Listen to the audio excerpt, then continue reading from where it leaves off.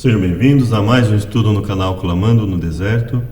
Nesse momento, nós vamos iniciar o estudo sobre o tema Não Julgueis. Logo mais após a oração, eu já vou colocar os slides e assim nós vamos poder iniciar o nosso estudo de hoje.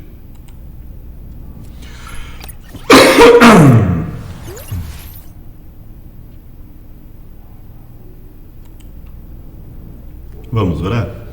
Obrigado, Deus, por mais uma chance de aprender a Tua mensagem. Nos guie, nos oriente, nos perdoe pelas falhas e pecados, nos auxilie em todas as coisas que fizemos, ó Pai. Nós imploramos pelo Teu Filho amado Jesus Cristo, e em nome dele nós oramos e agradecemos hoje para sempre. Amém. Nesse momento nós vamos estudar sobre a fala de Jesus em Mateus no capítulo 7, em que ele diz: Não julgueis para que não sejais julgados.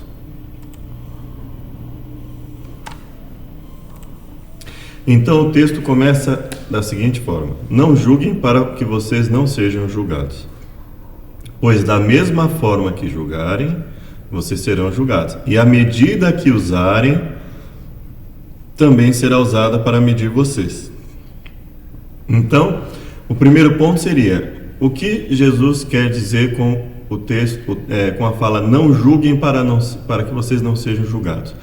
O que seria entendido como julgamento? E que tipo de julgamento, a que tipo de julgamento Jesus está se referindo? Ele diz: da mesma forma que julgarem, serão julgados. A Bíblia nos diz que nós seremos julgados. E diz também que o padrão será a palavra de Deus. Então, que Jesus estaria se referindo aqui a um julgamento particular do ser humano? Ou seja, não se coloque como um padrão de julgamento, mas sim utiliza a palavra de Deus como julgamento. Nós vamos tentar verificar isso da melhor forma possível, começando diretamente nesse mesmo texto que Jesus falou e colocando textos da Bíblia também paralelos. Vamos colocar comentários bíblicos e espero que seja útil e que Deus nos abençoe. Então ele diz: por que você repara no cisco que está no olho do seu irmão e não se dá conta da viga que está no seu próprio olho? Como você pode dizer ao seu irmão: deixe-me tirar o cisco do seu olho, quando há uma viga no seu? Hipócrita, tira primeiro a viga do seu olho, então verá claramente para tirar o cisco do olho do seu irmão. Então o primeiro ponto aqui nesse texto é que ele não está dizendo que não se deve retirar um cisco. Afinal de contas, um cisco no olho de uma pessoa é incômodo. Qualquer pessoa perceberia isso, independente. Então ele estava usando um termo muito simples para dizer: olha, repara no cisco do olho do seu irmão. Aquilo incomoda, inclusive, o irmão. Então, se é algo que incomoda, ou mesmo que não incomode, se é algo que prejudique, ainda que ele não se sinta incomodado, esteja já acostumado com aquilo, e aí parando para pensar se há um problema no irmão, se há uma falha de caráter no irmão que o prejudica e até mesmo pode incomodá-lo, aquilo deve ser reparado, deve ser regularizado. Em toda a Bíblia nós vamos ver Deus chamando seus profetas, seus servos, para orientar as pessoas quanto a isso. Então, a questão aqui que Jesus fala olha, se você tem uma trave, se você tem um tronco, se você tem algo no seu olho, se você tem um problema muito mais grave que o dele, primeiro você deve buscar a Deus para que Deus o transforme, para que você tenha a condição espiritual de auxiliar o seu irmão, para que ele tenha a oportunidade de retirar esse cisco do olho. Então ele não está dizendo aqui que cada um deve olhar o outro errando e ficar em silêncio. Não, ele está dizendo que deve haver uma busca espiritual para regularização da nossa vida, para que assim possamos auxiliar aos outros. E isso já nos ajuda a entender o que seria essa questão de julgamento de Jesus. Mas aí, posteriormente, nós vamos ler mais textos que vão nos ajudar ainda mais nesse entendimento. Não deem o que é sagrado aos cães, nem atirem suas pérolas aos porcos. Caso contrário, estes as pisarão. Ou seja, os porcos as pisarão as pérolas. E aqueles, os cães, voltando-se contra vocês, os despedaçarão. Então Jesus deixa claro que com aquele que não quer saber nada com a santidade, não quer saber nada com a busca a Deus, não é para dar o que é sagrado aos cães e nem pérolas aos porcos. Ou seja, é para dar oportunidade, mas havendo a clara manifestação de rejeição, não é? Então, enquanto aquela pessoa estiver com aquela atitude, nós deixamos ela ali de lado, até que ela permita que o Espírito Santo trabalhe de alguma forma. Então, vamos lá. A palavra julgar, ela está aqui, né? Não julgueis, crinete. Aqui teria um acento, né? Não sei se seria crinete ou crinete. Não julgueis. E aí depois ele usa uma outra palavra, crithete, alguma coisa assim, crithete, eu acredito que seja, que fala também de julgamento. Depois ele volta na mesma palavra, olha. Então julgamento estaria como padrão essa palavra. Na concordância, o termo seria equivalente a julgar ou decidir. Julgo, seja num tribunal ou em privado, por vezes com substantivos cognatos, enfatizando a noção do verbo. Decido, penso que. Então, julgo, decido, penso que é bom. Então, dando a ideia que é algo que pode ser feito tanto em conjunto ou individualmente, de alguém que julga segundo a palavra ou segundo a sua própria vontade. Então, a palavra tem essa noção, decidir, pensar em alguma coisa como boa ou ruim, julgar como o ato de um tribunal. Separar, distinguir, julgar, chegar a uma escolha, uma decisão ou julgamento, fazendo um julgamento, tanto positivo ou negativo. J. Taylor comenta que o significado próprio dessa palavra seria escolher por separação. Refere-se tipicamente a fazer uma determinação de certo ou errado, em termos de inocência ou culpa, especialmente segundo uma norma oficial, legal. Então veja, até aqui, a questão de fazer uma norma, fazer um julgamento, fazer uma verificação de certo e errado, baseado numa norma, desde que ela seja norma bíblica, então não seria isso a que Jesus estaria se referindo. Então mas aí para buscar chegar a essa conclusão, nós vamos examinar outros textos bíblicos. Por quê? Nós vamos ver o seguinte, o que claramente Jesus não ensinou. Muitos usam esse texto de uma forma aberta, sem nenhuma limitação, fazendo com que, inclusive, toda e qualquer repreensão, toda e qualquer advertência, todo e qualquer conselho seja visto como um julgamento. Nós vamos ver que não foi isso que Jesus ensinou. Apenas julgamos com precisão através de comparação inteligente e contraste baseado na palavra de Deus, ou seja, aprovar, preferir o que é correto e rejeitar o que é inferior, errado. Mais um comentário aqui, uma concordância, né? Agir como juiz, vai a tribunal, processar. Então nós vemos aqui, agir como um juiz, se comportar como um tribunal e processar ou prejudicar, né, alguém. No sentido de processar, no sentido de buscar condenar alguém, por exemplo, baseado em uma opinião pessoal. Separar, escolher, selecionar, escolher, aprovar, estima. E aí nós temos vários textos, né, que são colocados como o caso de Romanos, por exemplo, e outros textos seculares, né? Ser de opinião, considerar, pensar. E aí eles citam, por exemplo, Lucas 7,43, Atos 15,19, 2 Coríntios 5,14. Para julgar a ser digno de uma coisa. Então nós vemos que tudo leva à questão de que a palavra seja essa mesma, relacionada ao julgamento, que tanto pode ser uma condenação ou aprovação, mas no contexto que Jesus usou, quando ele fala de retirar um cisco, é no sentido de verificar um erro, um problema, e buscar regularizar aquilo em relação ao irmão, sem estar com a própria vida, sem estar disposto a regularizar a própria vida. Então eu vejo algo no irmão, mas eu busco, seja auxiliá-lo, ou quando ele não quer uma ajuda e ele continua a fazer isso, alertar a igreja a respeito disso, alertar sobre a atitude dele em descompasso contradizendo aquilo que ele coloca como a fé. A fé diz que tem a fé em Jesus, mas não age de acordo. Determinar, resolver, decreto. Que eu não seja obrigado para meu próprio benefício, ou para que eu não seja obrigado a preparar o luto por mim mesmo, ao ser obrigado a entristecer-vos. Então aqui ele faz uma comparação com Romanos, por exemplo, para dizer assim, olha, é alguém que faz algo por si mesmo, né? Dando a ideia de alguém que faça algo por si mesmo.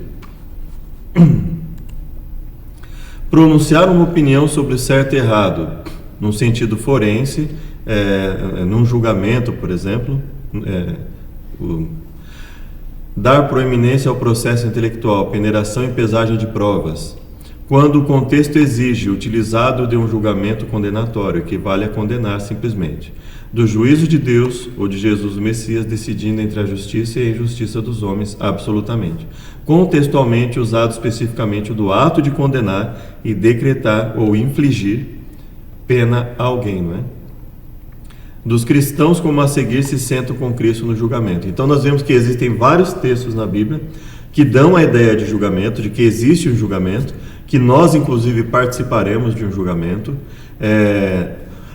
tanto nós seremos julgados por Deus, como nós participaremos do julgamento, assim como Paulo diz, né? Vocês não vão julgar os anjos, porque não podem julgar coisas desta vida. Então, Jesus não teria usado essa frase no sentido amplo, de toda e qualquer repreensão, toda e qualquer verificação de certo e errado não possa ser feito, inclusive em relação à atitude das pessoas, seja a minha própria atitude, seja a atitude de alguém. Então, a fala dele é mais restrita, e nós vamos verificar isso. Pronunciar um juízo, submeter-se à censura daqueles que atuam como juízes ou árbitros nas matérias da vida comum, ou julgar os atos e palavras dos outros.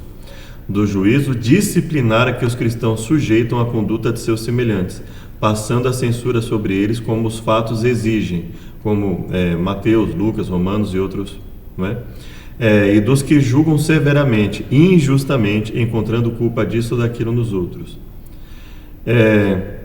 E aí ele tem textos como Colossenses e Romanos, equivalente a condenar. Romanos 2,27, Tiago 4,11.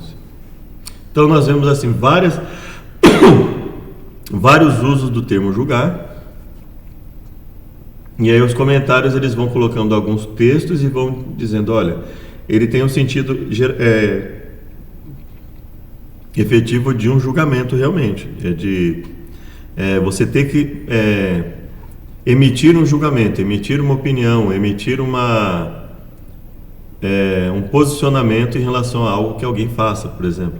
Não é? Tanto pode ser a emissão de um posicionamento sobre alguém ou sobre o que ele fez ou deixou de fazer. Hebraisticamente equivale a governar, presidir com o poder de proferir decisões judiciais, porque era prerrogativa de reis e governantes proferir sentenças. Então, se eu pensar nessa possibilidade aqui de governar e presidir com o poder de proferir decisões, ou seja, Jesus estaria dizendo que eu não posso tomar para mim uma premissa que é de Deus, ou seja, eu não posso emitir um posicionamento que não esteja, por exemplo, baseado na Bíblia. Porque se eu emito um posicionamento baseado na Bíblia, tendo como uma base sólida a Bíblia, então é Deus quem está julgando e eu estou só emitindo o julgamento de Deus para aquela pessoa em relação aos atos que ela está fazendo e dependendo da forma como ela se comporta, em relação ao futuro dela em relação a Deus, de salvação ou perdição, né? Como Jesus disse, pelos seus frutos os conhecereis. Então, o que a ideia nesse número aqui seria de que eu eu chamo para mim uma competência que não é minha. Eu julgo conforme meus critérios, e isso eu não poderia efetivamente fazer. Eu estaria tomando uma autoridade que não é minha. Num sentido forense, para ir a tribunal, ter um processo com o dativo da pessoa com quem se vai a tribunal. Aí o comentário de Ellicott, né, seria o seguinte, ele fala que em Mateus 5, o principal ali é o protesto contra os ensinos dos escribas. Mateus 6 seria um protesto contra a corrupção dos 3 grandes elementos da vida religiosa: a oração, o jejum, a mundanização, a partir da qual essa corrupção cresceu. Então, não faria sentido que esse julgamento fosse equivalente a uma repreensão, a uma advertência em geral, ou a um indivíduo, porque isso o próprio Jesus estava fazendo. Ele fez isso em Mateus 5, ele fez isso em Mateus 6, advertindo a todos como deveriam agir.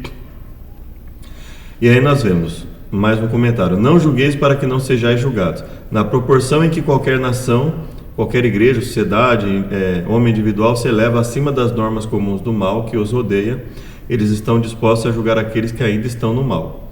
Bom, aqui eu vejo um problema no comentário, que é assim: sempre que nós vamos falar algo de mal que está acontecendo em relação a alguém ou a um grupo, nós estamos falando de quem está no mal. Paulo, em Romanos 1, fala claramente contra pessoas que estão voluntariamente no mal. Ele fala: sabendo que são dignos da morte, ou seja, da morte eterna, ou seja, não terão a salvação em Cristo Jesus. E aí ele cita lá uma série de pessoas, né? Os idólatras, os avarentos e por aí afora. E aí ele diz: são dignos da morte eterna essas pessoas, né? Da morte subentendida, da morte eterna. Não somente as fazem, mas incentivam os que fazem. Então, isso é claramente, sempre eu vou ter que me referir a alguém que está numa posição voluntária em relação ao mal, que não quer abandonar o mal, quando eu for falar a respeito de um aspecto bíblico que não esteja sendo seguido por um indivíduo ou por um grupo. A questão: até que ponto podemos obedecer ao preceito, não é sem as suas dificuldades. E aí o próprio ele reconhece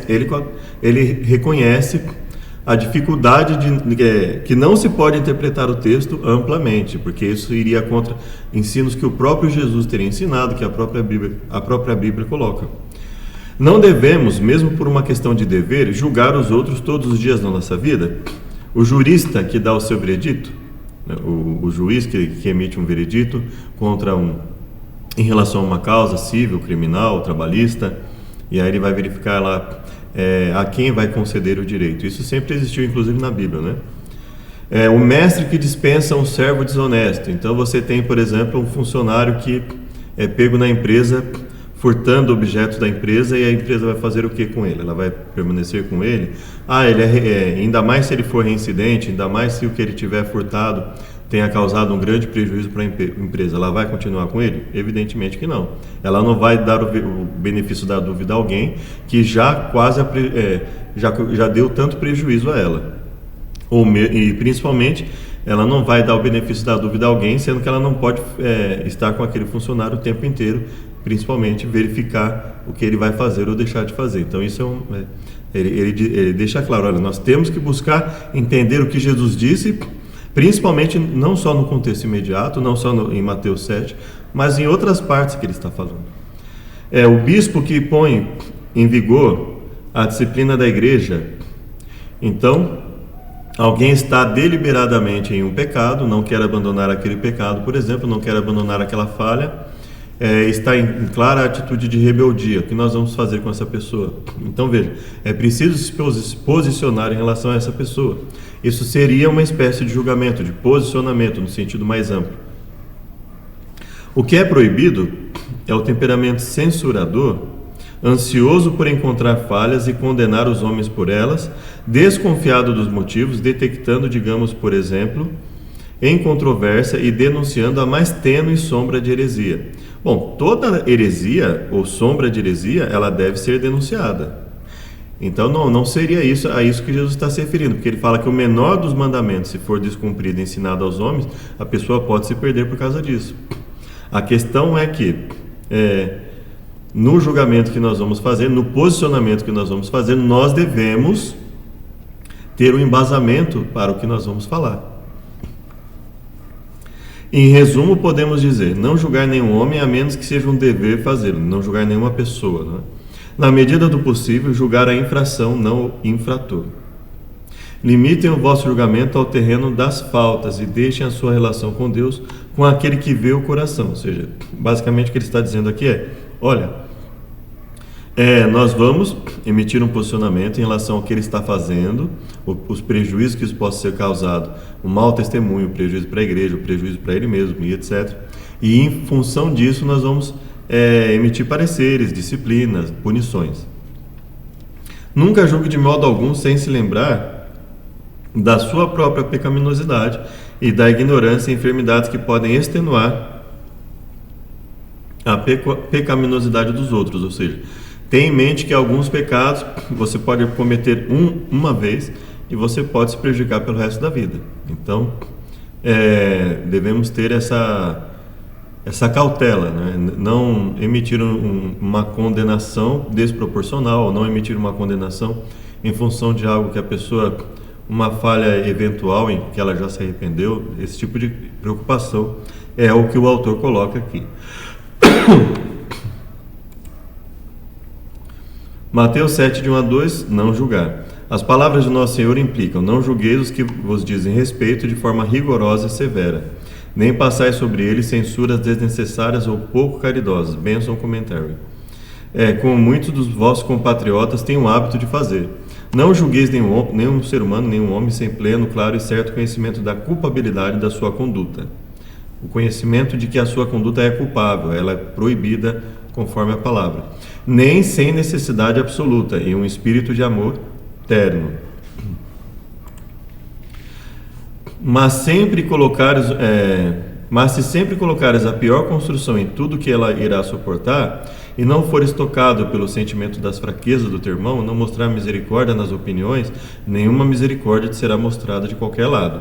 Deus e o homem favorecerão os cândidos e benevolentes, mas eles devem esperar julgamento sem misericórdia, que não no caso, se não tiverem demonstrado misericórdia. Então, o que ele está dizendo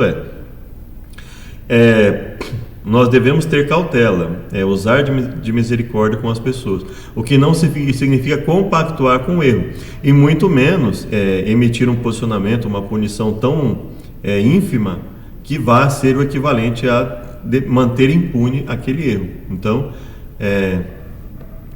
se você olhar na Bíblia, desde o começo, desde Adão e Eva, quando havia erros, havia consequências em relação àqueles erros, principalmente quando nós estamos falando aqui de ações tomadas por ambição, por egoísmo, por rebeldia.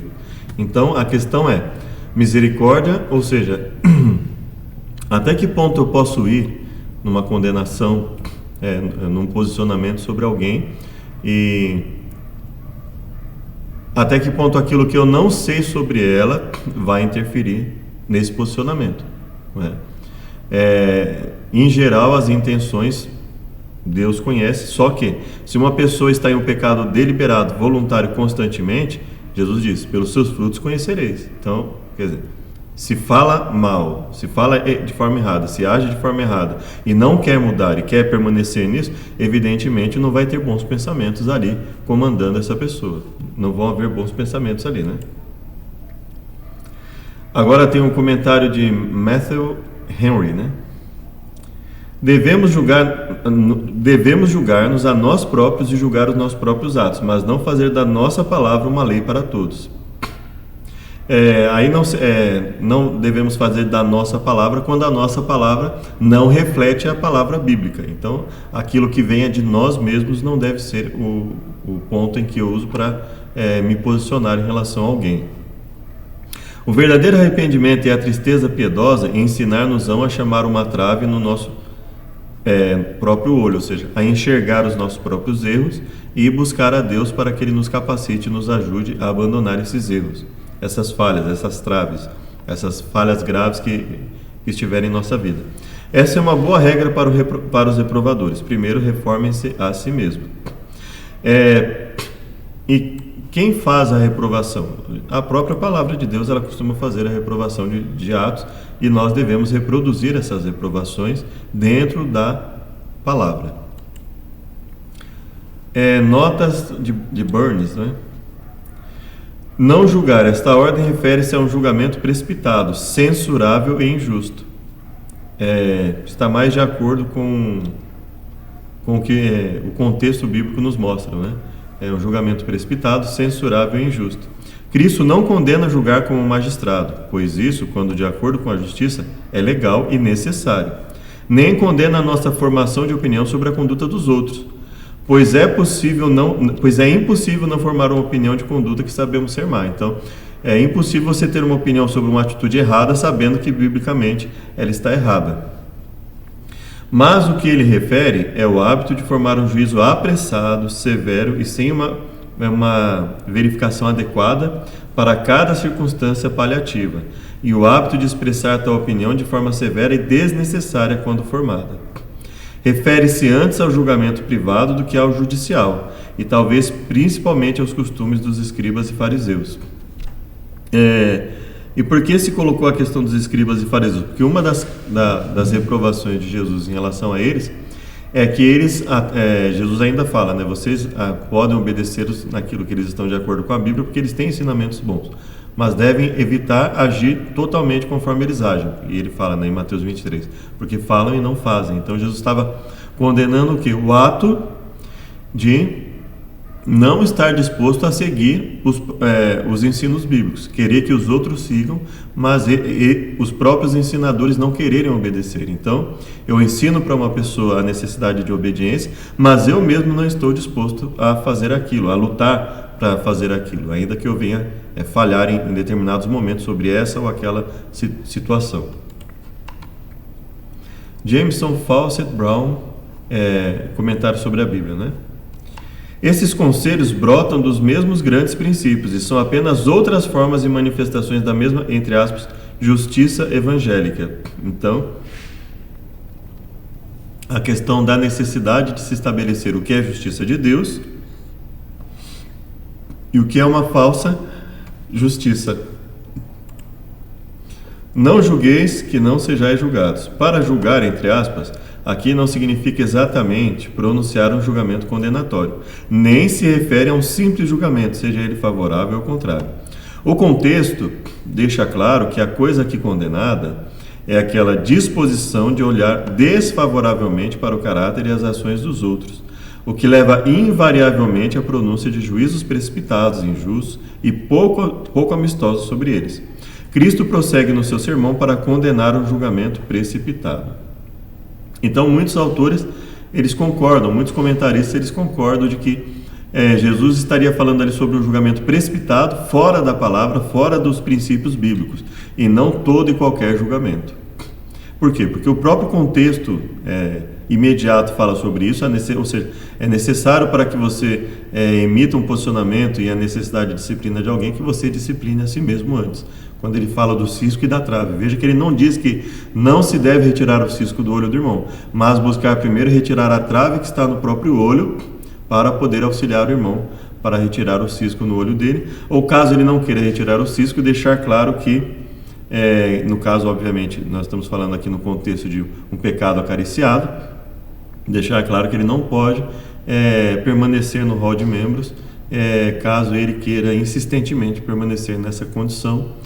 Então, isso é uma questão clara entre a necessidade de disciplina eclesiástica e uma má interpretação dessa fala de Jesus: não julgueis para que não sejais julgados. Uma falha muito grave nessa interpretação, que faz com que as pessoas achem que qualquer que seja o ato errado que elas façam, e ainda que elas deem publicidade constante para o ato errado que elas estão fazendo, elas não devam ser repreendidas e até mesmo ter o seu nome retirado do rol de membros de uma igreja. Mateus 7, versículo 6, proíbe a prostituição de coisas sagradas. 7, de 7 a 12, recomenda a oração. 7, de 13 e 14, conforme o comentário, né, exorta a entrar pelo portão estreito. Nós podemos, quem quiser ler também. De 15 a 20, ter cuidado com os falsos profetas, que podem ser conhecidos pelos seus frutos. Então veja que o próprio Jesus diz, repreende os falsos profetas, a todo e qualquer falso profeta, ele fala que é possível ser reconhecido pelos frutos. Então veja que ele está deixando claro que se os frutos são maus, se o pecado é deliberado, voluntário, se a pessoa não tem intenção de mudança, é óbvio que as intenções dela não são boas. Agora, fora isso, eu não posso me tentar imaginar toda e qualquer intenção de uma pessoa por causa de um pequeno erro, de uma pequena falha que ela tenha cometido, ou mesmo de uma grande falha, caso isso não seja o exemplo de um pecado voluntário, um pecado constante que ela esteja fazendo.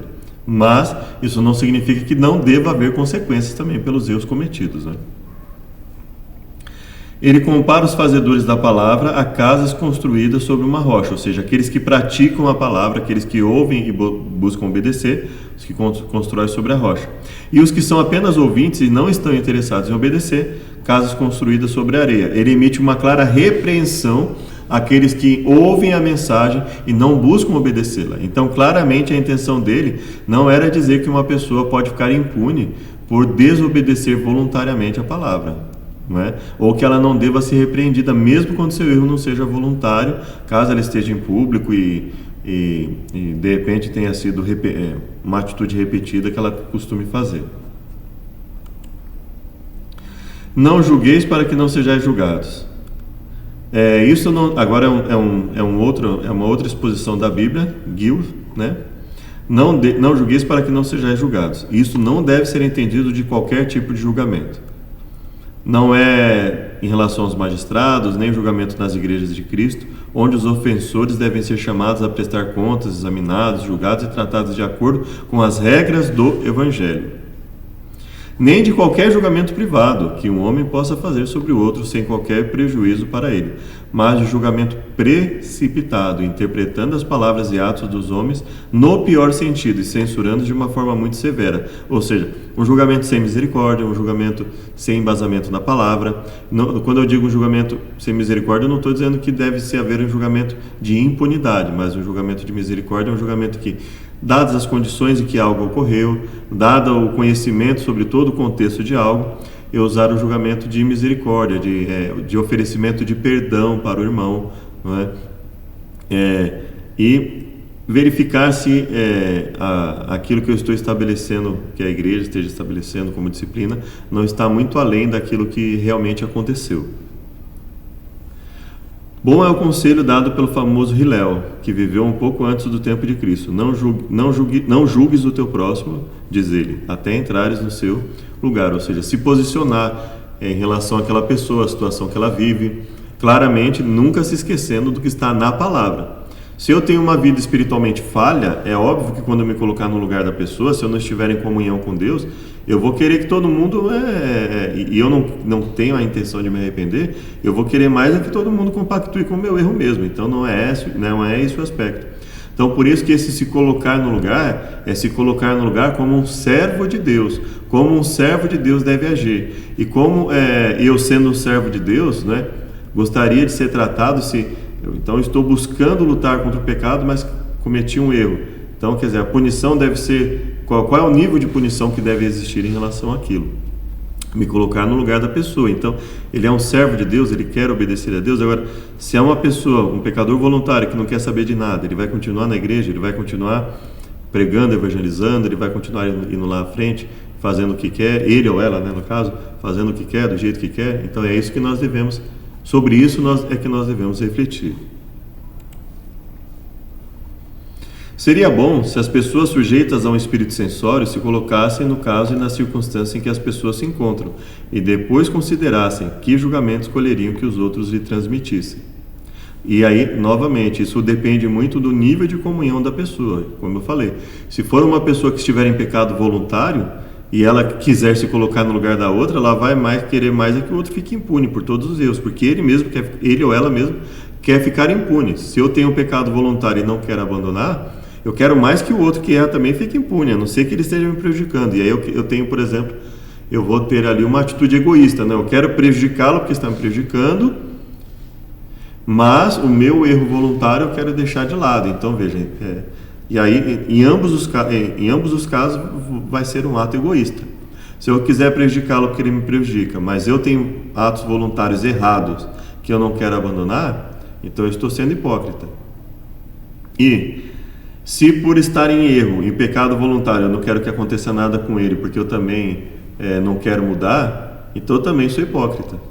E aí, em ambos os casos, eu estou condenado diante de Deus. Meyer, comentário de Meyer. Por conseguinte, a interpretação correta é essa: não julgueis os outros, não vos coloqueis como juízes de suas faltas, o que significa assim um comportamento oficioso e auto-religioso, o oposto do proscrito em Gálatas 6, de 1 a 5, para não vos tornardes desagradáveis ao julgamento.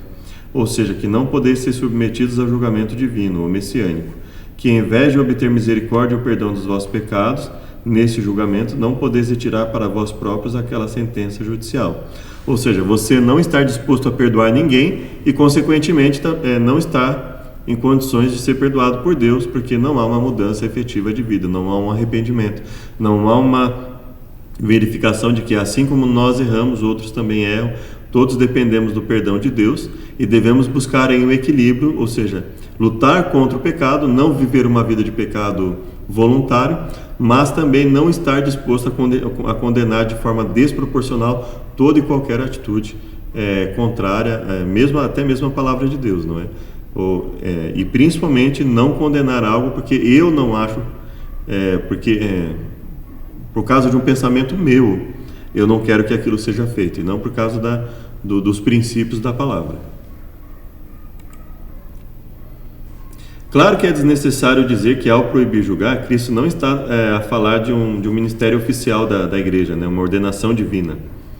Nem proíbe o juízo moral dos outros em geral, que é inseparável da verdade e do amor, e é ao mesmo tempo um elemento necessário no dever de fraternidade, ou seja, basicamente não está condenando o juízo da igreja e nem mesmo aquele juízo que, mesmo que eu faça individualmente, eu faça baseado na palavra. Quantas vezes os profetas de Deus emitiram juízo do próprio Deus, só eles estavam falando ali, né? Só um profeta estava falando ali. O nosso Senhor opõe-se assim tacitamente a duas falhas tipicamente judaicas: a sua seriedade como sinal de ignorância e como obstáculo à visão espiritual, ainda que deva haver um reconhecimento de grandes diferenças morais. Basicamente, todos os comentários caminham para a mesma situação, né? Alguns um pouco mais emocionais e outros um pouco mais técnicos, né? Mais razoáveis naquilo que estão falando. Então, basicamente, eles falam a mesma coisa: evitar um julgamento precipitado, evitar um julgamento pessoal. Não apenas não condenar, pois isso deixaria demasiada latitude. Nem, por outro lado, nunca julgar, pois esse é por vezes o nosso dever. Mas não estar sempre a julgar, ou seja, julgar realmente quando for efetivamente necessário. Julgue cada um na escala do mérito, isso é, deixe a escala inclinar-se para o lado do mérito ou da absolvição, quando possível. Comentário Bíblico Adventista, agora, volume 5, páginas 369 e 370. Não julgueis. Aí o comentário nos diz o seguinte: ele está falando ali sobre a questão de julgar as intenções, não o fato de julgar se seus atos são certos ou errados. Ou seja, o ato de uma pessoa, ou ele vai estar de acordo com a palavra, ou ele não vai estar de acordo com a palavra, via de regra. Boa parte dos nossos atos, não é? O comentário bíblico adventista diz o seguinte: não é sobre isso que está falando, ele está falando sobre a questão das intenções, ou seja, se emitir ali nas intenções sem que haja uma base para isso. É possível em alguns momentos verificar as intenções? Perfeitamente. Se você fala com uma pessoa que ela deve mudar, você mostra o embasamento bíblico, ela está vendo ali a necessidade, ela continua a se rebelar contra aquilo, assim como houve no caso a rebelião de Caim contra Abel, a rebelião do povo judeu, dos hebreus contra Moisés, contra os profetas, a rebelião contra o próprio Jesus e assim sucessivamente. Então você consegue verificar as intenções nesse caso. Agora, não significa que eu deva, por todo e qualquer erro de uma pessoa, querer julgar as intenções dela. Não ao fato de julgar seus atos, se refere ao hábito da crítica e da censura em geral injusta. E aí a grande questão é entender o que é uma crítica, o que é uma censura. Isso é um ponto difícil, porque hoje em dia, principalmente, a repreensão, a advertência e a disciplina eclesiástica têm sido colocadas erroneamente como crítica e censura. E nós sabemos que, biblicamente, isso deve existir. Então, o que seria a crítica? O que seria a censura? Com o critério com que julgardes, injustiça leva à injustiça, a injustiça de alguém leva ao juízo divino. Podemos condenar a ofensa, mas como Deus, devemos sempre estar dispostos a perdoar o ofensor, sem justificar o mal que possa ter cometido. Então, aqui ele está tentando transmitir uma ideia de equilíbrio. Em que sentido? Olha, o erro existiu, nós devemos analisar qual é o prejuízo que isso causou, como vamos lidar com isso, ou seja, não é passar batido em relação ao erro, mas buscar, dentro do possível, mesmo havendo uma necessidade de condenação, estar disposto a perdoar em termos espirituais esse ofensor, ainda que em determinados pontos eu não possa dar o benefício da dúvida novamente para esse ofensor. Então imagine que uma pessoa que trabalha com van escolar e foi pega abusando de uma criança. Então, obviamente, ele não vai poder mais voltar para aquele tipo de serviço, né? Considerando que efetivamente tem havido provas necessárias de que realmente a pessoa cometeu aquele erro. Então, quer dizer, ninguém vai querer dar o benefício da dúvida para aquela pessoa de novo, se arriscar que ele tenha uma reação instintiva em relação àquilo. Então ele pode fazer outra coisa. Então perceba que é a questão do equilíbrio, em que haverá uma punição, em alguns pontos ele não terá mais o benefício da dúvida em relação a determinadas atividades, ele vai ter que buscar outras atividades. Agora, no sentido espiritual, ele pode perfeitamente ser perdoado e nós continuaremos orando por essa pessoa e auxiliando na vida espiritual e etc. Argueiro, embora seja uma partícula tão minúscula, nos olhos seria irritante. É a questão da falta mínima. E Jesus fala, o menor dos mandamentos, se assim for praticado e ensinado aos homens, aquele que fizer isso também será chamado mínimo no reino dos céus. E claramente ele estava dizendo com isso o quê? Não vai herdar o reino dos céus. Sem a santificação ninguém verá a Deus. Um pedaço de madeira usado na construção de uma casa. É a questão da trave, né? Trave, um tronco, não é? O cristão que descobre o erro do irmão irá corrigi-lo com espírito de brandura, considerando que ele próprio pode ter sido tentado e pode ter caído naquele mesmo ponto, ou pode cair no futuro. Então eu tenho que pensar o seguinte: eu posso cair em determinada, ainda que não seja exatamente aquela falha que estou corrigindo o irmão, ou que a igreja está corrigindo, eu posso cair em outra falha.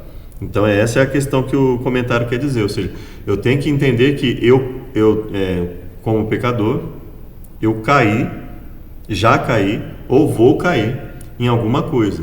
Então, diante de alguma coisa, por mais que eu lute, eu estou sujeito à queda.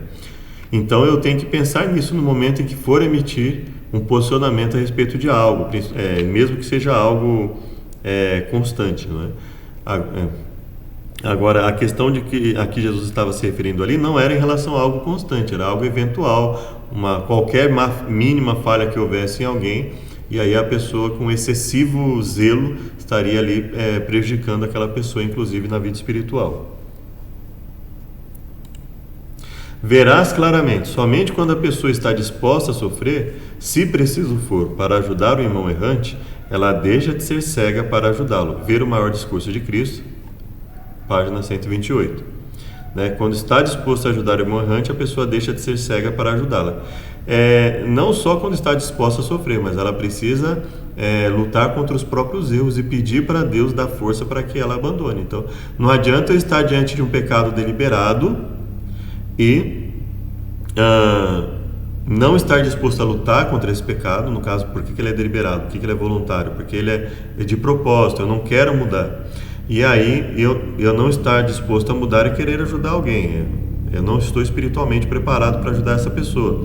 Eu não tenho uma consagração necessária para ajudar essa pessoa. Provavelmente eu vou prejudicar essa pessoa espiritualmente. Não deis coisas santas aos cães, nem pérolas aos porcos, né? Aquele verso que vem logo depois. Depois de falar sobre os erros pequenos ou imaginários na vida e no caráter dos outros, Cristo fala da atitude cristã para com aqueles que estão de forma clara e completa no erro e não têm desejo de escapar do pecado. Estão de forma clara e completa no erro e não têm desejo de escapar do pecado. Ou seja, estão em pecados voluntários. Então, depois que eu dei a devida advertência para essas pessoas, eu devo evitar para que eu não caia nesse erro de dar coisas santas aos cães ou pérolas aos porcos. Aqueles que efetivamente não querem mudança, e mais do que isso, além de não querer mudança, eles têm uma atitude extremamente hostil contra o Evangelho, por exemplo. Aí nós temos aqui, conforme o site Bible Hub, as ocorrências em Mateus, Lucas, sempre com sentido, a tradução como julgamento, sentido de julgamento, né? De julgar, efetivamente. João e Atos, também o sentido de julgar, não é? Sempre a mesma palavra, né? Sempre buscando a mesma palavra. Então a concordância é verificando, olha, quando essa palavra apareceu,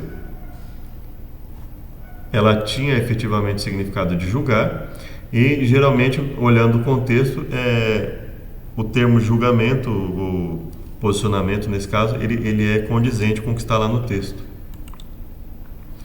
1 Coríntios 4:5, 5:12, sentido de julgar também, passivo de julgamento. E agora nós vamos olhar essas passagens que estão ali, que nós acabamos de passar ali na concordância, né?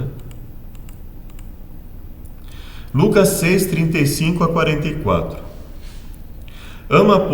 Amai, pois, os vossos inimigos, fazei bem, prestai, sem nada esperardes, e será grande o vosso galardão, sereis filhos do Altíssimo. Sede misericordiosos, como também o vosso Pai é misericordioso. Não julgueis e não sereis julgados, não condeneis e não sereis condenados. Soltai e soltar-vos-ão. Soltar quem? Perceba que se eu não tiver cautela ao interpretar isso, eu posso pregar vários tipos de heresias que não eram efetivamente a intenção de Jesus, né? Então eu vou soltar uma pessoa que sabidamente já matou várias pessoas, que tem um problema e que não pode estar em um ambiente social. Então perceba que é preciso ter cautela e analisar o que Jesus ensinou à luz de outras partes. Dai e ser-vos-á dado, boa medida, recalcada, sacudida, transbordando. E aí ele fala, pode porventura o cego guiar o outro cego?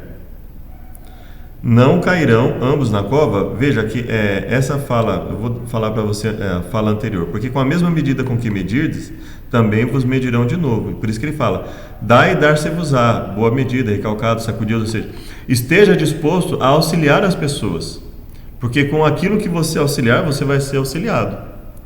E a intenção da repreensão, geralmente, é ajudar, seja aquele a quem a repreensão é dada, seja ao grupo religioso que quer seguir a vontade de Deus, ou seja, como uma advertência para que o grupo perceba o erro em que aquela pessoa está. Por exemplo, quando eu estou falando de alguém em pecado voluntário, deliberado, uma pessoa que não quer mudar. Quando eu repreendo uma pessoa que está disposta a mudar, então o que eu estou fazendo basicamente ali é o quê? É auxiliando essa pessoa para que ela permita que o Espírito Santo trabalhe com ela. Quando ela está em pecado deliberado, já foi repreendida algumas vezes, não quer abandonar o erro, a repreensão ela vai valer inclusive para a igreja, para as pessoas, para a sociedade perceber o erro em que aquela pessoa está. Pode porventura o cego guiar outro cego? Não cairão ambos na cova? E quem seria o cego, senão aquele que não se baseia segundo a luz da palavra de Deus? O discípulo não é superior ao mestre. Por que atentas no argueiro que está no olho do seu irmão e não reparas na trave do seu olho? Né? E aí ele fala a mesma fala do outro, né? Não atentando para a trave que está no seu. Hipócrita, tira a primeira trave, então verás bem para tirar o argueiro do olho do seu irmão. Então veja que ele está dizendo ali, olha, primeiro você tem que buscar mudança interna para depois auxiliar as pessoas. Porque não há a boa árvore que dê mau fruto, não há má árvore que dê bom fruto. Então ele está deixando claro, olha, se a pessoa persiste no mal, é óbvio que não tem coisa boa ali no pensamento dela.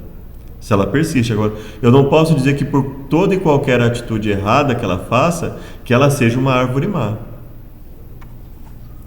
Porque cada árvore se conhece pelo seu próprio fruto, pois não se colhem figos dos espinheiros, nem se vindimam uvas dos abrolhos. Então ele está dizendo, olha, não é porque de repente apareceu um fruto ruim, que aquela árvore toda é ruim.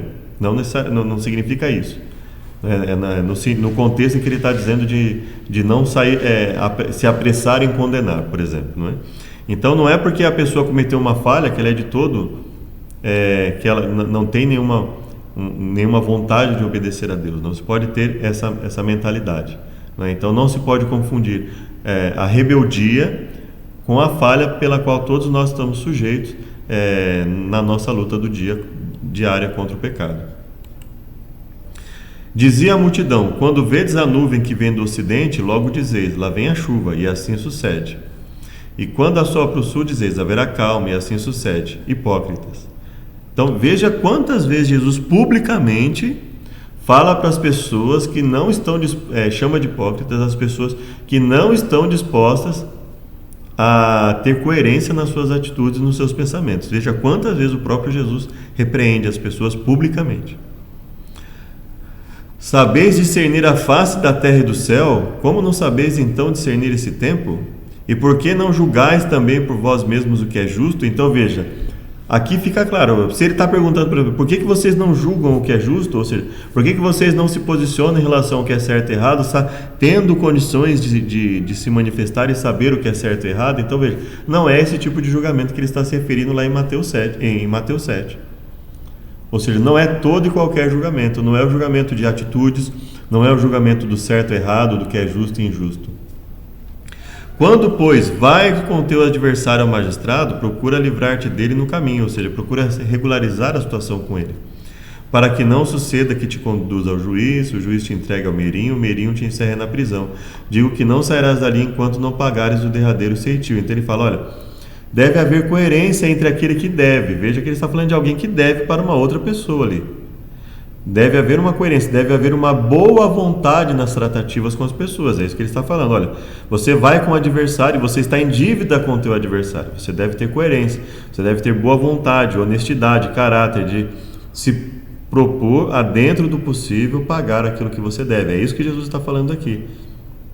E ele está falando sobre, olha, julgais o que é correto. É correto uma pessoa que sabidamente está em dívida e simplesmente não faça nada para regularizar essa dívida? Não, é desonesto. Então veja, ele está falando, julgais em relação à atitude, julgais em relação se essa pessoa, tendo condição de regularizar sua dívida, não faz isso e mantém isso indefinidamente, se ela está com uma boa intenção nesse caso. Óbvio que ela não está com uma boa intenção nesse caso. Não vos deu Moisés a lei e nenhum de vós observa a lei. Veja que ele não está dizendo que ninguém no mundo nunca observou e nem nunca vai observar a lei, como alguns interpretam. Ele está dizendo assim, olha, vocês são hipócritas por quê? Porque Moisés deu a lei, Deus deu a lei para Moisés e vocês não estão observando a lei. Ou seja, vocês estão aí se colocando como os representantes de Deus e Moisés vos deu a lei e vocês não estão observando a lei. É isso que Jesus está falando. Ele está repreendendo as pessoas por não obedecer. Ele não está dizendo que não é possível observar a lei. Por que procurais matar-me? A multidão respondeu, tens demônio, quem procura matar-te? Respondeu Jesus e disse-lhe, fiz uma só obra e todos vos maravilhais, pelo motivo de que Moisés vos deu a circuncisão, não que fosse Moisés, mas dos pais. No sábado circuncidais um homem. Se o homem recebe a circuncisão no sábado, para que a lei de Moisés não seja quebrantada, indignai-vos contra mim, porque no sábado curei de todo um homem. Não julgueis segundo a aparência, mas julgai segundo a reta justiça. Veja que cada vez está ficando mais claro biblicamente o que Jesus quis dizer com não julgueis. Que ele não estava falando sobre julgar segundo a reta justiça, não julgar segundo a palavra de Deus. Veja que esse verso é um paralelo muito bom com aquele outro verso, ou seja, não julgueis segundo a aparência, não julgueis pelo julgamento humano, porque se você julgar pelo julgamento humano, você estará sujeito ao julgamento humano também. Julgue segundo a reta justiça de Deus, julgue conforme a palavra de Deus. Veja que fica muito mais claro, ou seja, não julgueis erroneamente para que não sejais julgados erroneamente. É o que Jesus basicamente estaria dizendo ali em Mateus 7. Respondeu Jesus e disse-lhes, ainda que eu testifico de mim mesmo, o meu testemunho é verdadeiro, porque eu sei de onde vim e para onde vou, mas vós não sabeis de onde venho, nem para onde vou. Vós julgais segundo a carne, eu a ninguém julgo. Ou seja, ele repreendeu pessoas, ele advertiu pessoas, ele condenou grupos inteiros por estarem cometendo erro, mas ele diz, eu a ninguém julgo. O que ele está querendo dizer aqui? Eu a ninguém julgo por palavras que não sejam de acordo com a palavra de Deus. Como é que a gente sabe disso?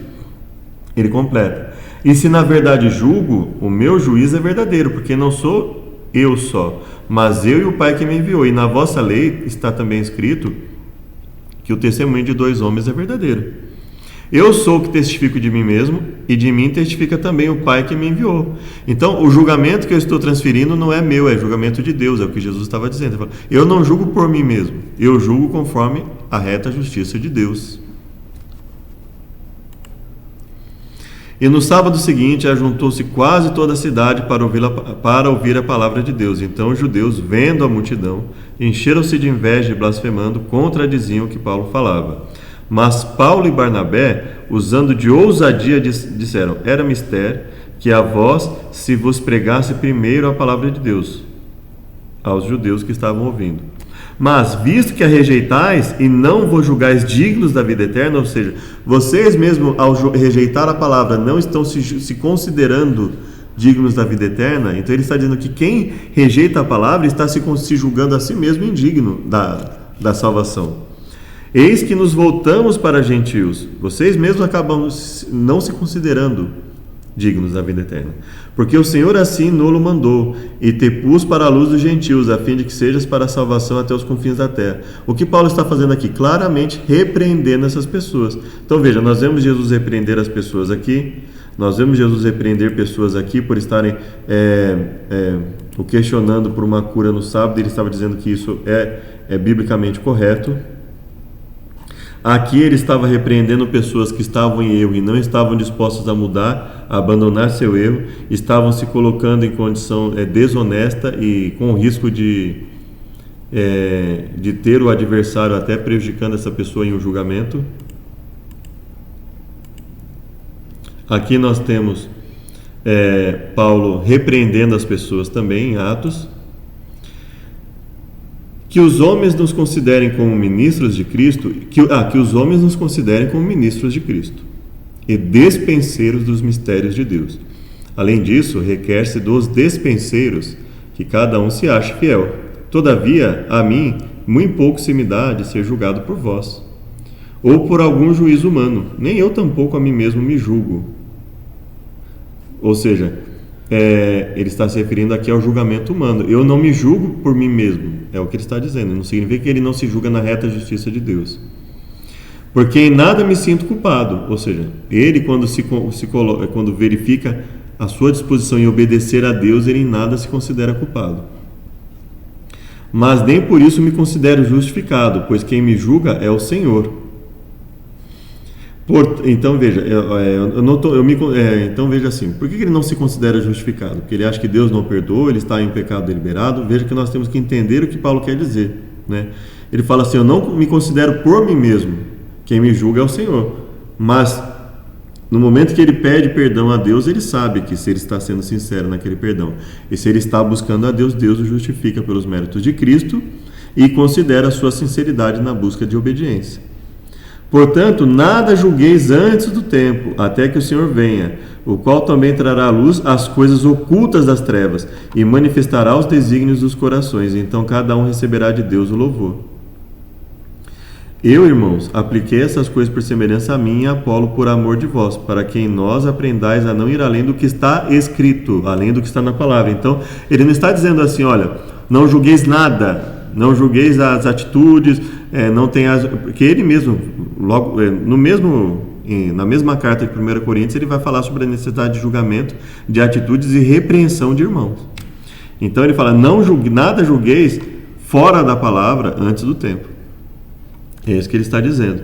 E se porque quem te faz diferentes e que tens tu que não tenhas recebido de Deus, no caso, por exemplo, e se o recebeste, por que te glorias como se não houveras recebido? Agora nós vamos 1 Coríntios 5, veja, ele está falando isso em 1 Coríntios 4, agora 1 Coríntios 5, em que ele fala da necessidade de emitir um julgamento na igreja. Aqui ele está falando de uma pessoa que está tendo um relacionamento com a mulher de seu pai. Alguns consideram que o pai já teria morrido. Eu particularmente acho que, dada a gravidade da situação, possivelmente o pai até estivesse vivo. E ele fala, já por carta vos tenho escrito que não vos associeis com os que se prostituem. Isso não quer dizer absolutamente com os devassos desse mundo, com os avarentos, roubadores, idólatras, porque então seria necessário sair do mundo. Olha, a que tipo de associação ele está dizendo? Ele está falando de você não dá para evitar todo e qualquer tipo de associação, seja, por exemplo, prestar um serviço para alguém, seja estar na mesma escola, seja estar no mesmo ambiente. Esse tipo de associação não tem como. Agora, ele vai falar em outros momentos de associações perigosas que não devem ser feitas, evidentemente. Você se colocar numa posição em que você possa pecar, você está na roda dos escarnecedores, como o salmista diz, né? Bem-aventurado aquele que não anda segundo o caminho dos ímpios, não se assenta na roda dos escarnecedores. Então, não significa participar dos erros das pessoas, mas ele está dizendo, não tem como deixar de estar perto de alguém, de estar de alguma maneira associado a alguém com essas condições. Porque então seria necessário sair do mundo. Mas agora vos escrevi que não vos associeis com aquele que, dizendo ser irmão, for devasso, avarento, idólatra, maldizente, beberrão, roubador, com o tal nem ainda comais. Não vos associeis com aquele que, dizendo-se irmão, for devasso, avarento, idólatra, maldizente, beberrão, roubador, com o tal, que tipo de associação eu devo fazer? Nenhuma, nem ainda comais. Porque que tenho eu em julgar também os que estão lá fora? Os que estão de fora? Não julgais vós os que estão de dentro. Que tipo de julgamento que ele está se referindo aqui? O julgamento que Jesus falou, de julgar segundo a reta justiça, julgar segundo a palavra. O irmão que está claramente ferindo, claro e voluntariamente ferindo a palavra de Deus, aquilo que ele se propôs a obedecer. Não julgais vós os que estão dentro. Veja que ele está falando de um posicionamento aqui, e o julgamento representa o quê?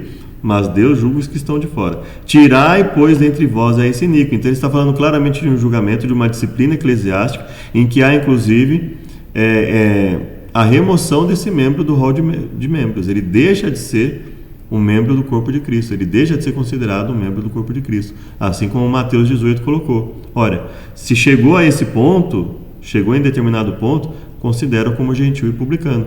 E não é considera como gentil e publicano assim, considera o digno de ir lá e você conversar com ele. Não é isso que Jesus está se referindo. Você deixa de considerá-lo como irmão, é isso que a Bíblia está dizendo. Alguns deturpam tanto a palavra que chegam a um ponto de dizer assim, você vai considerar mais ele agora que ele está aqui voluntariamente em pecado do que quando ele era irmão. Não é isso que ele está dizendo. Porque nós não estamos falando de uma pessoa arrependida lá em Mateus 18. Nós estamos falando de uma pessoa que reiteradamente tem opções de se arrepender e continua rebelde à palavra de Deus. Então, quando ele fala, considera como gentil e publicano, não considerá-lo como irmão em Cristo.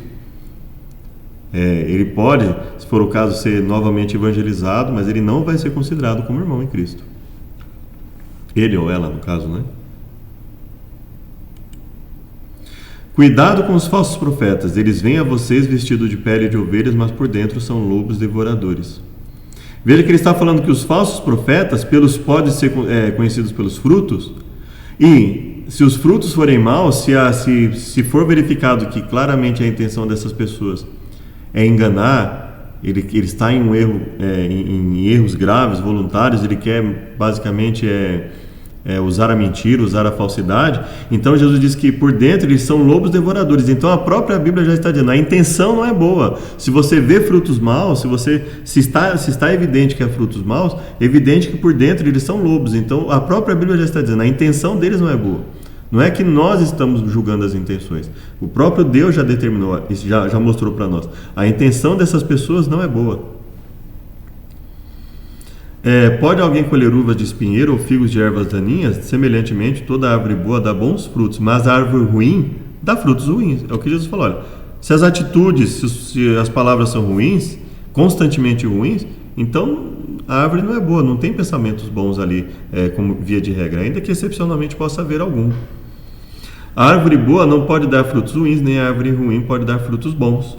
Toda árvore que não produz bons frutos é cortada e lançada no fogo. Toda árvore que não produz bons frutos é cortada e lançada ao fogo. Assim, pelos seus frutos vocês o reconhecerão. Ou seja, todo aquele que não quer ter a transformação de Deus está destinado à perdição. É basicamente o que Jesus está dizendo aqui. Nem todo que me diz Senhor, Senhor entrará no reino dos céus, mas apenas aquele que faz a vontade de meu Pai que está no céu. Muitos me dirão naquele dia, Senhor, Senhor, não profetizamos nós em Teu nome não expulsamos demônios, não realizamos muitos milagres?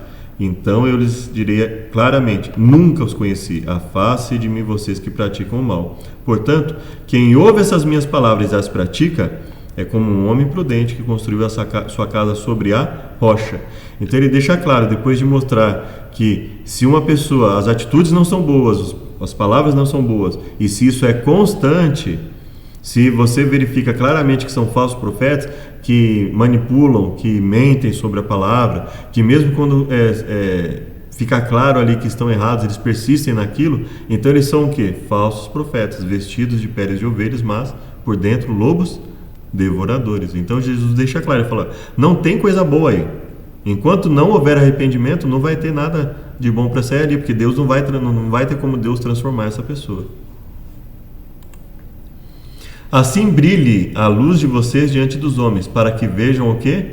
As suas boas obras. Para que vejam as suas boas obras. As obras que fazemos em Deus, elas evidentemente são boas. Que fazemos em Deus. Agora, fora da vontade de Deus, obviamente, só vai haver coisas ruins. E glorifiquem ao Pai de vocês que está nos céus. Não pensem que eu vim abolir a lei aos profetas. Não vim abolir, mas cumprir.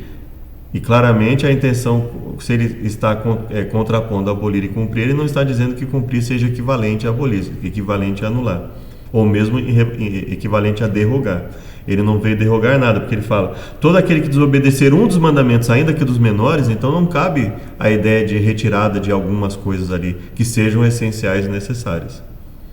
E ensinar os outros a fazerem o mesmo, será chamado menor no reino dos céus. Então veja, não existe Jesus não está dizendo que uma pessoa com um cisco no olho, ou seja, com uma desobediência ao menor dos mandamentos, ela não deve ser repreendida. Não, pelo contrário, ele está dizendo que essa pessoa, se ela não se arrepender e se ela continuar a fazer o que é errado e ensinar os outros a fazerem o mesmo, será chamado menor no reino dos céus. Obviamente ele não está dizendo aqui que ela vai ser salva e vai ficar num cantinho lá, ele está dizendo que ela está perdida. Mas todo aquele que praticar e ensinar esses mandamentos será chamado grande no reino dos céus. Pois eu lhes digo que se a justiça de vocês não for muito superior à dos escribas e mestres da lei, de modo nenhum entrarão no reino dos céus. E que justiça ele está se referindo? Ah, a justiça de Cristo. Não, não é isso que ele está falando. Ah, o sangue de Jesus. Não, não é isso que ele está falando. Ele está claramente falando aqui de obediência. O contexto é de obediência. Então ele está claramente dizendo assim: se a vossa obediência não for verdadeira, porque ele recrimina os fariseus e mestres dizendo assim que eles falam, mas não fazem. Então ele fala: eu não quero uma obediência fingida.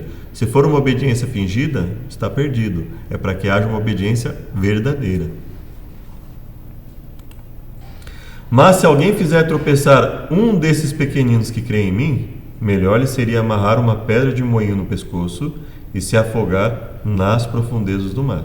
Mas se alguém fizer tropeçar um desses pequeninos que creem em mim, melhor lhe seria amarrar uma pedra de moinho no pescoço e se afogar nas profundezas do mar. Ai do mundo por causa das coisas que fazem tropeçar. É inevitável que essas coisas aconteçam, mas ai daquele por meio de quem elas acontecem. Ai do mundo por causa das coisas que fazem tropeçar. É inevitável que aconteça tropeço, mas ai daquele por meio de quem elas acontecem. Ou seja, o que Jesus está dizendo: olha, daqui até a volta de Jesus vai haver pessoas constantemente que querem fazer as outras tropeçarem. Então é inevitável que isso aconteça, isso vai acabar acontecendo. Nós não devemos nos escandalizar em relação a isso. Mas ele fala: ai daquele por meio de quem elas acontecem. Então ele está claramente repreendendo pessoas que causam tropeço na vida de outras pessoas, seja por não repreender os erros, seja por justificar atitudes que não devem ser justificadas, e assim sucessivamente. E ele fala: se alguém fizer tropeçar um dos pequeninos, melhor seria amarrar uma pedra de moinho e se afogar nas profundezas do mar. Se a sua mão ou seu pé o fizerem tropeçar, corte-os e jogue-os fora. É melhor entrar na vida mutilado ou aleijado do que, tendo as duas mãos ou os dois pés, ser lançado no fogo eterno. Se o seu olho fizer tropeçar, arranque e jogue fora. É melhor entrar na vida com um olho só do que, tendo os dois olhos, ser lançado no fogo do inferno. Aqui nós entendemos claramente como uma hipérbole, né? Até porque a Bíblia proíbe a automutilação, a mutilação em qualquer aspecto, principalmente a automutilação, é proibida pela palavra. Então é claro que Jesus está usando aqui uma linguagem hiperbólica, uma hipérbole, dizendo que, olha, se você assiste coisas que te fazem pecar, deixe de assistir. Não assista nada, até que... Porque é melhor você abrir mão de ver as coisas, né? Se você faz coisas, se você tem atos que te levam ao pecado, deixe de agir em qualquer aspecto daquilo, né? Se eu não sei me conter quando eu vou jogar um futebol, não jogue, né? Se eu estou em um determinado ambiente, não sei me conter, não vá a esses ambientes. Então é isso que Jesus está dizendo. É melhor que você se anule em alguns pontos do que você se arriscar, você e eu nos arriscarmos a perdermos nossa salvação. Cuidado para não desprezarem um só desses pequeninos, pois eu lhes digo que os anjos deles nos céus estão sempre vendo a face de meu Pai Celeste. O Filho do Homem veio para salvar o que se havia perdido. Se o seu irmão pecar contra você, vá e a sós com ele. Então, essa questão do contra você, alguns lugares tem, alguns lugares não, mas eu vou considerar que seja um pecado individual, não um pecado público. Não é uma coisa que é feita em público, todo mundo vendo, não. Estou assim, um pecado contra mim na esfera individual. Vá a sós com ele, mostre-lhe o erro. Veja, mostre-lhe o erro. O que não seria necessário se ele está cometendo uma coisa que ele sabe que é errada em público. Correto? Se ele o ouvir, você ganhou o seu irmão. Então você fala, você vai lá, fala com ele, está errado. Se ele se ouvir, ou seja, se ele ou ela se arrepender, você ganhou o irmão. Mas se não ouvir, leve consigo mais um ou dois, de modo que qualquer acusação seja confirmada pelo depoimento de 2 ou 3 testemunhas. Ele está dizendo, você conversou, não adiantou, você leve com você 1 ou 2. Então se ele falar 1 ou 2, de preferência 2, porque aí com você serão 3 testemunhas. Então o veredito será a confiabilidade será ainda maior. Foi com 2 testemunhas, não resolveu, então conte-o à igreja. Quando que eu conto à igreja? Se ele recusar a ouvir. E se recusar a ouvir a igreja, trato como pagão e publicano. Então veja, se o seu irmão pecar, ou seja, não está em discussão se aquilo é pecado ou não. Ele fala, se o irmão pecou, então assim, já está determinado como pecado, a igreja entende como pecado, o irmão sabe que é pecado. E aí ele fala, trate como pagão e publicano. Isso é claramente uma disciplina, é claramente um julgamento de atitudes que a igreja está tomando. O próprio Jesus está dizendo, ou seja, você vai tratá-lo como pagão e publicano, porque a intenção dele não é a de um irmão, pelas atitudes reiteradas que ele está tomando e que ele não está disposto a dar ouvidos à igreja. Não está disposto a dar ouvidos à igreja, obviamente, naquilo que ele está falando conforme a palavra. Tudo que ligar na terra terá sido ligado no céu, o que desligar terá sido desligado no céu, e sobre tudo que pedirem, o Pai, isso será feito por meu Pai que está no céu. Então ele está claramente falando sobre a necessidade de disciplina na igreja, ou seja, de que aqueles que estejam fazendo parte do corpo de Cristo realmente estejam dispostos a obedecer verdadeiramente a Deus. E aqueles que evidentemente estejam em uma situação contrária, que haja uma disciplina. Essa é a disciplina máxima, que seria a remoção do rol de membros. Mas e nesse intervalo? Então eu falei com ele, ele não quer dar ouvidos, levei testemunhas, né? Está evidente lá que ele não quer mudar. E aí, o que eu faço? Até que a igreja trate oficialmente como pagão e publicano. A pessoa vai lá na frente cantar, vai lá na frente pregar, vai lá na frente... Evidente que não. Evidente que não há coerência nisso.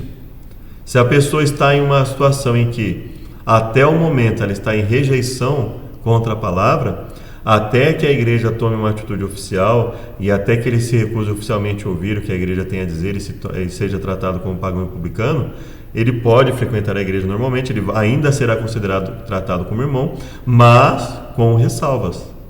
Se ele ou ela já são um mau testemunho, então obviamente eles não vão lá à frente, porque aí seria hipocrisia da própria igreja, em deixar que uma pessoa que está claramente contra os princípios de Deus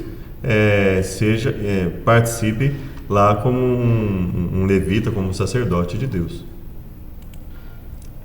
Por toda parte se ouve que há imoralidade entre vocês, imoralidade que não ocorre nem entre os pagãos. Então Paulo fala assim, olha, uma coisa grave que acontece na igreja.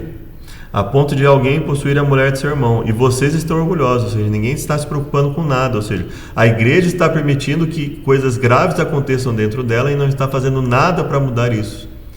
Olha que advertência forte que Paulo está fazendo, publicamente, através de uma carta. Não deviam, porém, estar cheios de tristeza e expulsar da comunhão aquele que fez isso? E aí ele fala assim: quando vocês estiverem reunidos em nome do Senhor Jesus, estando com vocês em espírito, estando presente o poder do nosso Senhor, entreguem esse homem a Satanás, ou seja, removam da condição de membro da igreja. Ou seja, deixe que ele viva conforme o que ele quer, para que haja a possibilidade, ou seja, mostre que há disciplina, mostre que a igreja não vai compactuar com aquilo. Para quê? Para que haja possibilidade do corpo ser destruído. Em que aspecto? Para que haja oportunidade de arrependimento e seu espírito seja salvo no dia do Senhor, ou seja, para que haja oportunidade dele refletir sobre os erros que instintivamente ele quer cometer e para que haja oportunidade de arrependimento. Vocês não sabem que um pouco de fermento faz toda a massa ficar fermentada? Ou seja, vocês não sabem que no momento que a igreja compactua com o erro de um, isso vai abrir caminho para uma série de outros erros ainda maiores até? E aí nós já lemos, não é? E ele fala: porque como haveria de julgar os de fora, vocês não devem julgar os que estão dentro, expulsem esse perverso do meio de vocês. Então a Bíblia claramente fala de julgamento de atitudes. E quando essas atitudes, principalmente quando essas atitudes elas passam do limite, elas devem ser contidas. Então veja, a Bíblia claramente fala de julgar atitudes. Ela fala de que se uma pessoa tem atos errados constantes de rebeldia, fica claro que o próprio Deus disse: olha, então quer dizer que as intenções dela, via de regra, não são boas. Eu não preciso ficar pensando qual seria a intenção dela. A intenção dela está demonstrada no fato de que ela quer uma vida rebelde contra Deus. Agora, pode existir aquele que finge obedecer e aquele que obedece verdadeiramente. Mas se eu estou diante de uma pessoa que claramente quer desobedecer, eu não preciso ter dúvida sobre a intenção dela. Não repreenda asperamente ao homem idoso, mas exorte como se fosse seu pai. Trate os jovens como irmãos. Então veja que há gradações na repreensão. Há níveis de repreensão, ou seja, você não vai lidar com uma pessoa com uma falha eventual da mesma forma que você lida com uma pessoa que tem falhas graves, constantes, voluntárias e não está disposta a mudar. E aí ele fala: exorte como um pai, ou seja, exorte com carinho, repreenda, mas tem que haver a repreensão, tem que haver a exortação, a advertência. Não aceite acusação contra um presbítero, se não for apoiada por 2 ou 3 testemunhas. Não aceite acusação contra um presbítero, se não for apoiada por 2 ou 3 testemunhas. Então ele fala: olha, deve haver prudência também na verificação de algo supostamente errado. Estão dizendo que alguém errou, também deve-se ter cautela em relação a isso. Os que pecarem deverão ser repreendidos em público, para que os demais também temam. Então veja que há casos inclusive de repreensão em público, mesmo que seja uma repreensão com amor, dependendo da situação, ela deve ser feita inclusive em público, dependendo da situação em que ela tiver ocorrido, da necessidade de contenção daquilo, até para que a igreja para que não haja o que Paulo falou: o pouco de fermento levedar toda a massa, a igreja ter a sensação de impunidade. Eu o exorto solenemente diante de Deus, de Cristo e dos anjos eleitos, que procure observar essas instruções sem parcialidade, e não faça nada por favoritismo, ou seja, ele está deixando claro: olha, não tem que ter os favoritos na igreja, não deve, um eu vou tratar de um jeito, outro eu vou tratar de outro, não, deve ser sem parcialidade. O que deve ser considerado efetivamente? A atitude de cada um. A pessoa está realmente lutando contra o erro, ela está querendo viver uma vida de acordo com a palavra de Deus, ou ela está em rebelião franca contra a palavra de Deus, e mais, querendo que outras pessoas muitas vezes na igreja façam o correto, e ainda muitas vezes, como nós vemos no caso do histórico bíblico, aqueles que estão em rebeldia contra Deus, eles querem culpar os que estão buscando reformar e reavivar a igreja de serem os fariseus, os perfeccionistas, os hipócritas que só olham o erro dos outros e por aí afora. Então nós temos que tomar muito cuidado com relação a isso. Analisar o que a Bíblia fala. Procure observar as instruções sem parcialidade, ou seja, de acordo exclusivamente com o que a palavra de Deus diz. Devemos ter essa cautela, repreender as pessoas, julgar as atitudes, verificar a gravidade de cada coisa, repreender, exortar com amor, com carinho e às vezes com dureza, dependendo da situação, inclusive, não é? Isso não significa que não há amor. Isso significa que, dependendo da situação, deve haver uma atitude mais enérgica no sentido de mostrar que há necessidade de se respeitar. E não se precipite em impor as mãos sobre ninguém, e não participe dos pecados dos outros. Conserve-se puro. Olha, não se precipite em impor as mãos sobre ninguém e não participe dos pecados dos outros. Ou seja, nós devemos ter cautela em relação a quem nós estamos buscando, a quem nós atribuímos uma falsa santificação, a quem eu estou atribuindo, ou se eu estou participando dos pecados alheios, principalmente, não só na questão da imposição de mãos, mas compactuando com os erros que acontecem na igreja ou fora dela. Então nós devemos ter bastante cautela, devemos ser ao máximo possível imparciais, ou seja, sempre nos pautarmos pela palavra, e nos momentos que formos parciais e percebemos isso, pedimos perdão e buscar regularizar essas situações. Quando vi que não andavam bem e diretamente conforme a verdade do Evangelho, disse a Pedro, na presença de todos. Quando vi que não andavam bem e diretamente conforme a verdade do Evangelho, disse a Pedro na presença de todos, se tu, sendo judeu, vive como gentios e não como judeu, por que obrigas os gentios a viver como judeus? Ou seja, por que há essa inconsistência? Porque para você exigir algo de alguém, você deve buscar agir da mesma forma. Se você está buscando querer que os gentios vivam como judeus, você também deve viver como um judeu. Ou seja, deve haver verdade, deve haver veracidade naquilo que ensinamos. E se você olhar isso, você olhar isso em paralelo com o que Jesus falou, você não pode verificar a falha de um irmão se você tem uma falha ainda maior. Ou seja, se você que é judeu, se você que tem os oráculos divinos, se você que teve convívio com Jesus, não está buscando viver como judeu, então por que você quer obrigar outros a viver dessa forma?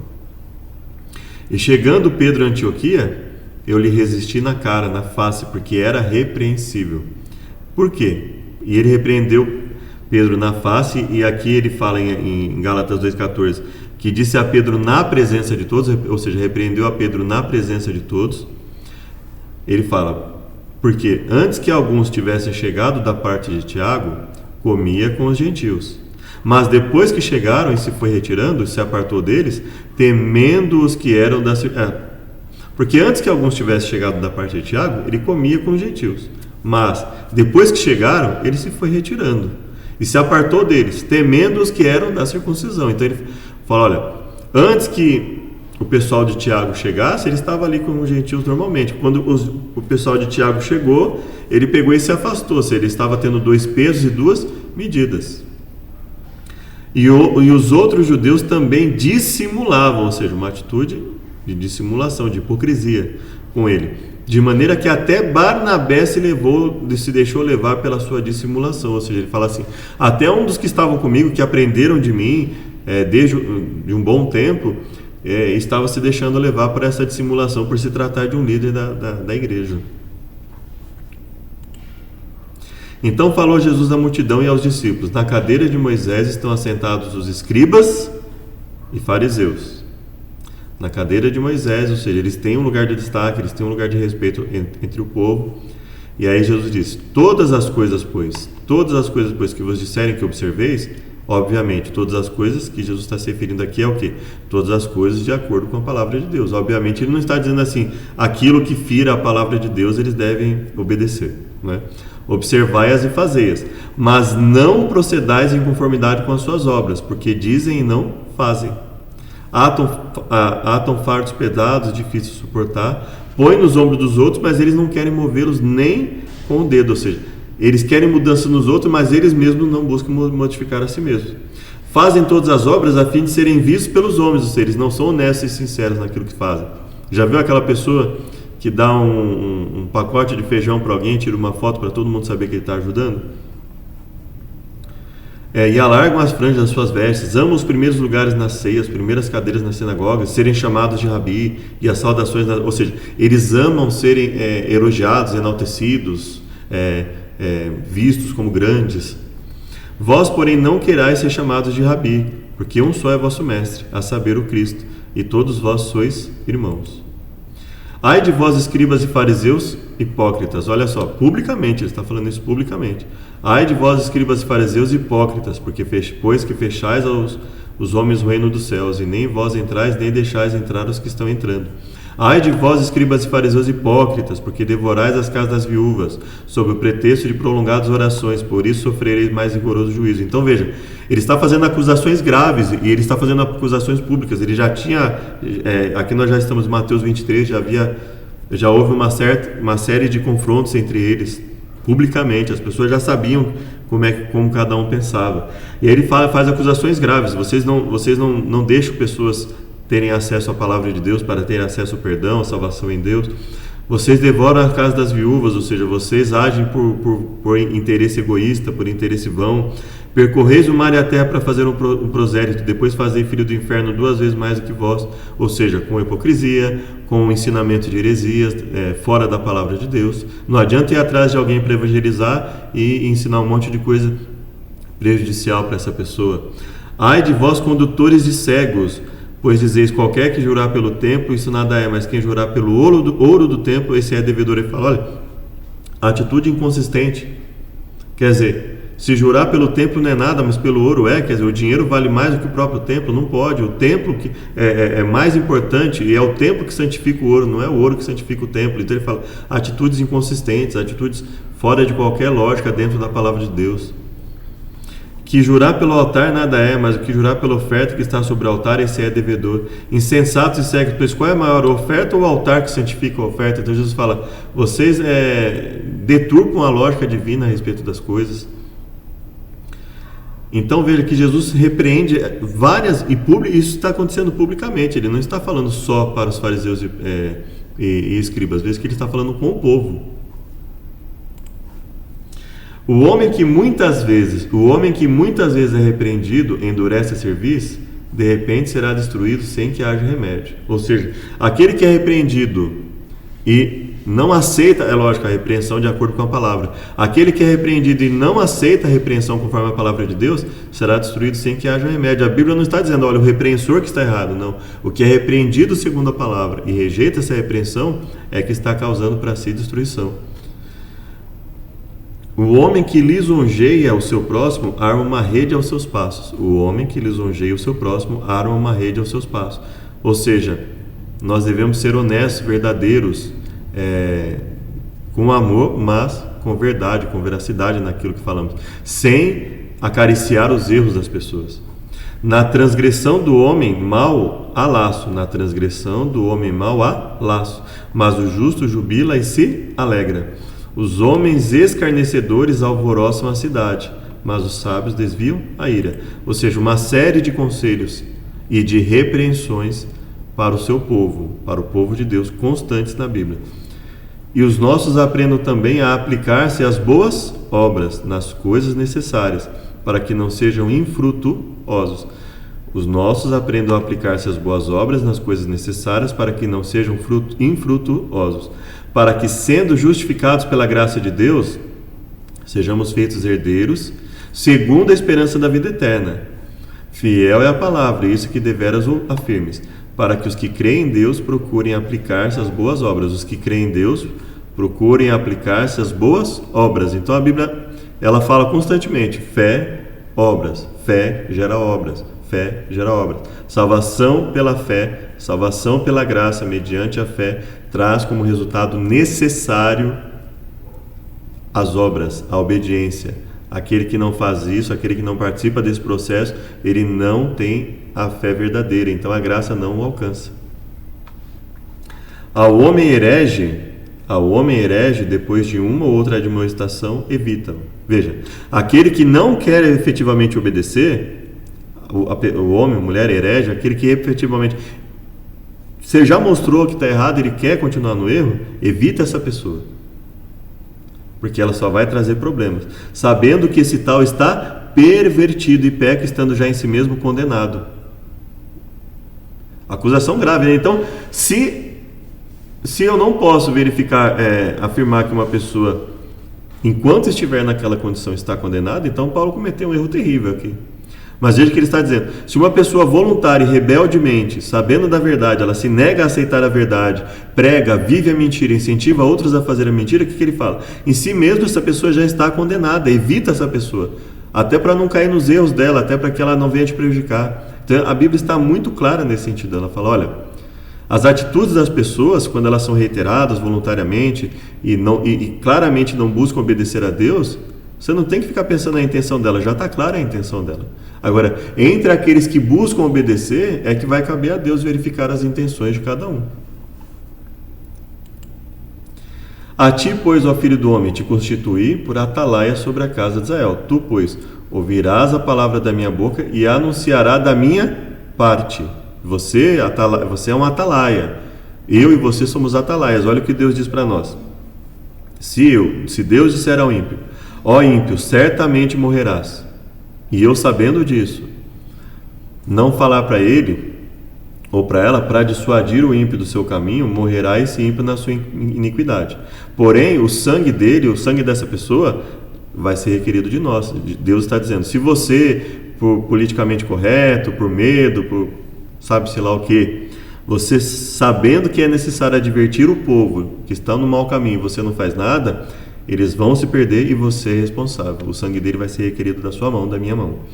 Mas, se nós advertirmos o ímpio do seu caminho, para que dele se converta, olha, está errado e deve haver, é necessário que haja arrependimento, conversão, e a pessoa não quiser, aí o que acontece? E ele não se converter do seu caminho, ele morrerá na sua iniquidade. Mas tu livraste a tua alma, ou seja, você não é responsabilidade, você não é responsabilizado. Nós fizemos a nossa parte. Tu, pois, filho do homem, diz a casa de Israel: assim falais vós, dizendo: visto que as nossas transgressões, os nossos pecados estão sobre nós, e nós desfalecemos nele, como viveremos então? E aí ele fala: vivo eu, diz o Senhor, que não tenho prazer na morte do ímpio, mas é que o ímpio se converta do seu caminho e viva. Convertei-vos dos vossos maus caminhos. Por que razão morrereis, ó casa de Israel? E aí ele diz assim: a justiça do justo não o livrará no dia da sua transgressão. O que ele quer dizer? Se a pessoa que se considera, que um dia foi ou se considera ainda de acordo com a vontade de Deus, mas está no erro, ela não vai escapar da condenação. E quanto à impiedade do ímpio, não cairá por ela, no dia em que se converter da sua iniquidade. Então ele está dizendo assim: quem está vivendo de acordo com a palavra de Deus e resolver abandoná-la, ele está condenado. E quem está desobedecendo a palavra de Deus, no momento em que se arrepender, ele estará salvo. É isso que ele está dizendo. No momento que você está disposto a deixar Deus transformar na sua vida, no momento que eu esteja disposto a deixar Deus transformar a minha vida, ele já me concede a salvação. Agora, se uma vez eu tenho permitido, eu rejeito isso, ele fala: estou condenado. Eu disse, o que ele está dizendo? Não existe salvação ou perdição incondicional. Você pode estar salvo e se perder, e você pode estar perdido, se arrepender e se salvar, e ser salvo por Deus. Quando eu disser ao justo que certamente viverá, e ele confiando na sua justiça, ou seja, confiando no que ele já fez, praticar a iniquidade, veja que ele não está usando o confiar na justiça como assim: eu vou continuar obedecendo e ser salvo. Não, confiando na justiça que ele já fez, na obediência passada, ele entrar numa vida de iniquidade, não virão à memória todas as suas justiças, mas a sua iniquidade que pratica ele morrerá. Ou seja, não adianta, a pessoa lá, obedeceu, estava numa comunhão com Deus e achando que o que ela já tinha feito no passado estava bom, a partir dali ela se afasta de Deus, vai ser condenada. E quando eu disser ao ímpio: certamente morrerás, se ele se converter do seu pecado e praticar juízo e justiça, ou seja, se ele buscar obedecer a Deus conforme Deus requer, restituindo esse ímpio penhor, indenizando o que furtou, andando nos estatutos da vida, não praticando a iniquidade, certamente viverá e não morrerá. Ou seja, se eu disser ao ímpio que ele está errado e ele buscar se entregar a mim, se arrepender dos seus maus caminhos, então ele viverá para Deus. Então ele será salvo. A partir daqui nós temos os comentários de Ellen White, que nós deixaremos para o próximo vídeo.